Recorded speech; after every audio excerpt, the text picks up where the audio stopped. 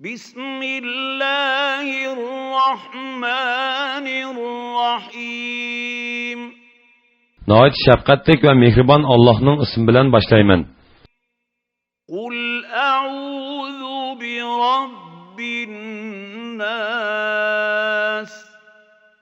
ملك الناس إله الناس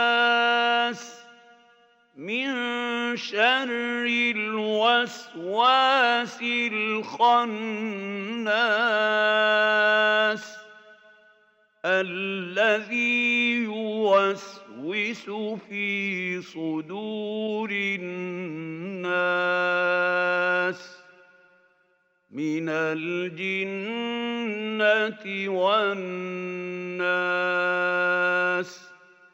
İnsanların pərverdigarı, insanların padişahı, insanların ilahi Allah'a sığınıp, kişilərinin dillərdə vəsvəsə qılğıcı cinlərdən və insanlardan bolğan yoşurun şeytanның vəsvəsinin şərridən panah tiləyman degin.